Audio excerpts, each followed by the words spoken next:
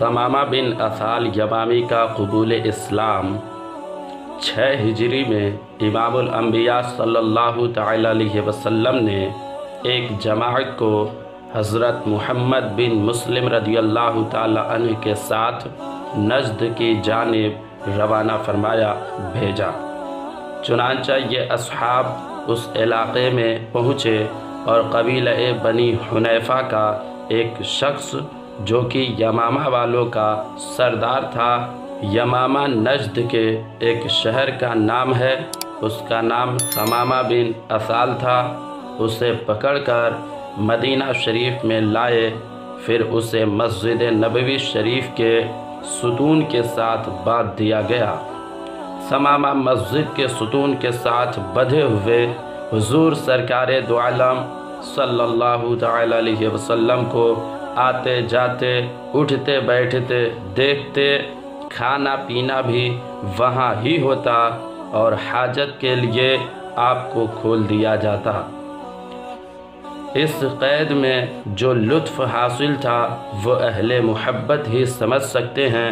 محبوب کبریا علیہ التحیۃ والثناء کے اسیر کی قید پر ہزاروں آزادیاں قربان، شاعر اس کی یوں منظر کشی کرتا ہے: دیکھا جو انہیں محشر میں تو رحمت نے پکارا، آزاد ہے جو آپ کے دامن میں بندھا ہو۔ ثمامہ ستون کے ساتھ بدھے ہوئے تھے۔ رحمت للعالمین شفیع المذنبین صلی اللہ تعالی علیہ وسلم وہاں تشریف لائے اور فرمایا: ثمامہ تیرا کیا حال ہے اور تیرے ساتھ کیا سلوک کیا جائے؟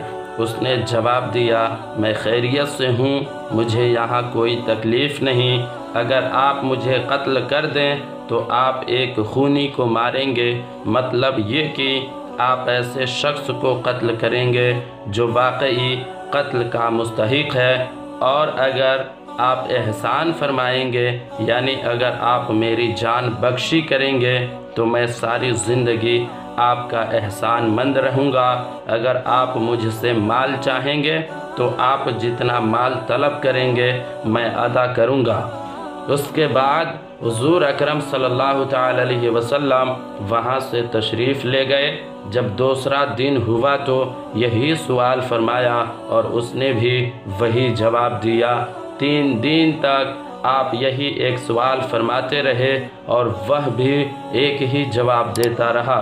جب تیسرا دن ہوا تو سرکار دو عالم صلی اللہ تعالی علیہ وسلم نے فرمایا: اطلقوا ثمامہ، مشکوٰۃ شریف صفحہ نمبر 244 پر موجود ہے، ثمامہ کو چھوڑ دو۔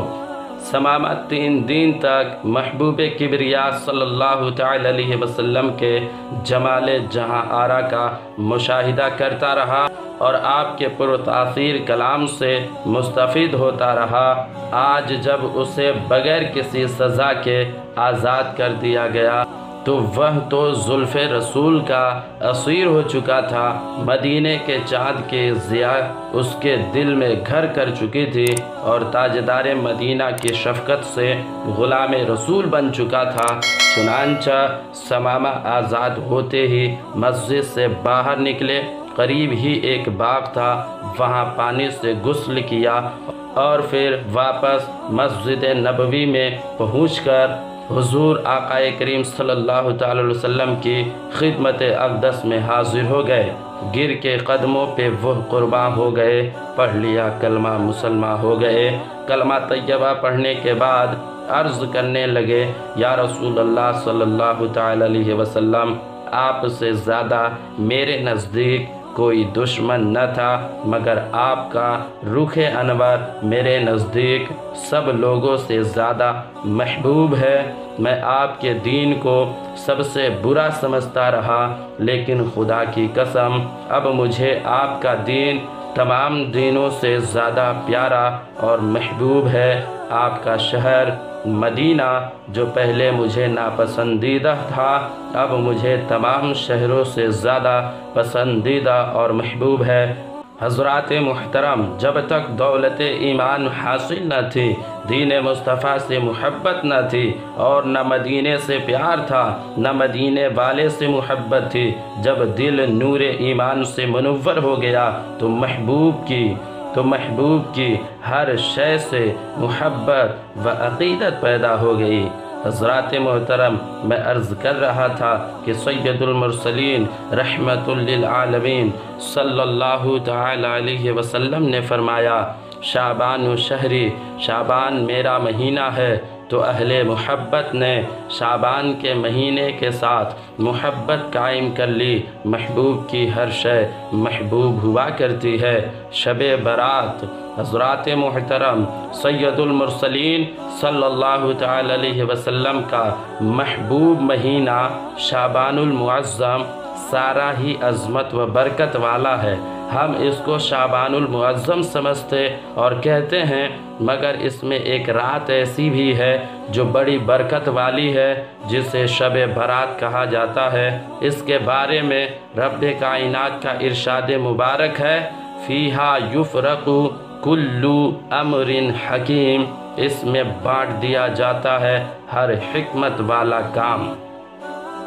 صاحب تفسیر روح البیان اس آیت مقدسہ کے تحت لکھتے ہیں کہ اللہ تبارک و تعالی اس رات میں روزی و رزق کا پروگرام حضرت میکائیل علیہ السلام کے سپرد فرما دیتا ہے، اور اعمال و افعال کا پروگرام آسمان اول کے فرشتے حضرت اسماعیل علیہ السلام کے حوالے کر دیا جاتا ہے۔ مصائب و آلام کا پروگرام حضرت اسرائیل علیہ السلام کے سپرد کر دیا جاتا ہے۔ روح البیان صفحہ نمبر 598 جلد نمبر 3 میں موجود ہے۔ ایک اور روایت میں ہے کہ نبی کریم پیغمبر رؤوف الرحیم علیہ الصلاۃ سے عرض کیا گیا کہ شعبان المعظم میں آپ کے روزہ دار رہنے کی کیا وجہ ہے؟ آپ نے فرمایا، شعبان سے شعبان تک مرنے والوں کی اجل لکھی جاتی ہے، تو میں اس بات کو پسند کرتا ہوں کہ جب میری اجل لکھی جائے، یعنی کہ میرے اعمال لکھے جائیں، تو میں روزہ دار رہوں، روزے کی حالت میں رہوں۔ حضرات محترم، ان دونوں روایتوں سے معلوم ہوا کہ شب برات وہ رات ہے جس میں سارے سال میں واقع ہونے والے امور کا فیصلہ کیا جاتا ہے۔ اس لیے ہمیں چاہیے کہ ہم اللہ تبارک و تعالیٰ کی بارگاہ عالیہ سے بخشش حاصل کرنے کے لیے اس رات کو عبادت و ریاضت، توبہ و استغفار میں گزاریں۔ کچھ لوگ اس رات میں توبہ و استغفار اور عبادت کرنے کو بدعت کہتے ہیں، تو آئیے سنیے، اس رات میں عبادت و ریاضت کرنا بدعت نہیں بلکہ سنت رسول خیر الانام علیہ السلام ہے۔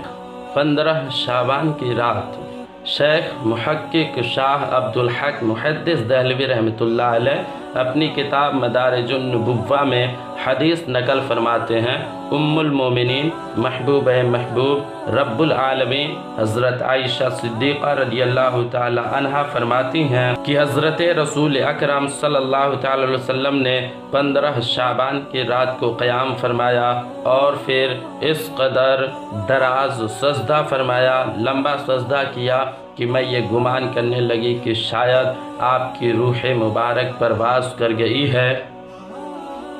چنانچہ جب میں نے یہ حال دیکھا تو میں آپ کے پاس پہنچی اور پاؤں انور کے انگوٹھا مبارک کو ہلایا۔ اس پر حضور اکرم صلی اللہ تعالی وسلم نے سر اقدس کو جنبش دی اور اپنے سر انور کو سجدے سے اٹھایا۔ پھر جب نماز سے فارغ ہوئے تو فرمانے لگے، اے عائشہ، تم نے گمان کیا ہے کہ رسول خدا صلی اللہ تعالی وسلم نے تمہارے حق میں خیانت کی ہے؟ میں نے عرض کیا، یا رسول اللہ صلی اللہ تعالی علیہ وسلم، یہ بات نہیں، بلکہ میں نے آپ کے سجدے کی درازی سے یہ گمان کیا کہ شاید آپ کی روح پرواز کر گئی ہے۔ اس پر حضور اکرم صلی اللہ تعالی علیہ وسلم نے فرمایا، کیا تم نہیں جانتی یہ کون سی رات ہے؟ میں نے عرض کیا، خدا اور اس کا رسول بہتر جانتا ہے۔ فرمایا، اے عائشہ، یہ 15 شعبان المعظم کی رات ہے۔ اس رات میں حق تبارک و تعالی اپنے بندوں پر خاص توجہ فرماتا ہے، اور ایک روایت میں ہے کہ غروب آفتاب سے لے کر طلوع فجر تک، مطلب یہ ہے کہ اور راتوں سے زیادہ اس رات میں توجہ فرماتا ہے اور مغفرت مانگنے والوں کی مغفرت فرماتا ہے، طالبان رحمت پر اپنی رحمت فرما کر بخش دیتا ہے۔ اس روایت سے معلوم ہوا کہ حضور پر نور شافع یوم النشور صلی اللہ تعالی علیہ وسلم نے اس رات کو عبادت و ریاضت میں گزارا۔ شاعر نے کہا، کرتے رہے تلاوت عبادت تمام رات، خود مصطفیٰ نے ایسے منائی شب برات۔ ہمیں بھی اس رات کو حضور نبی کریم صلی اللہ تعالی علیہ وسلم کی پیروی میں عبادت و ریاضت کرنی چاہیے، اور اس رات کو زیادہ سے زیادہ قرآن پاک کی تلاوت کرنی چاہیے۔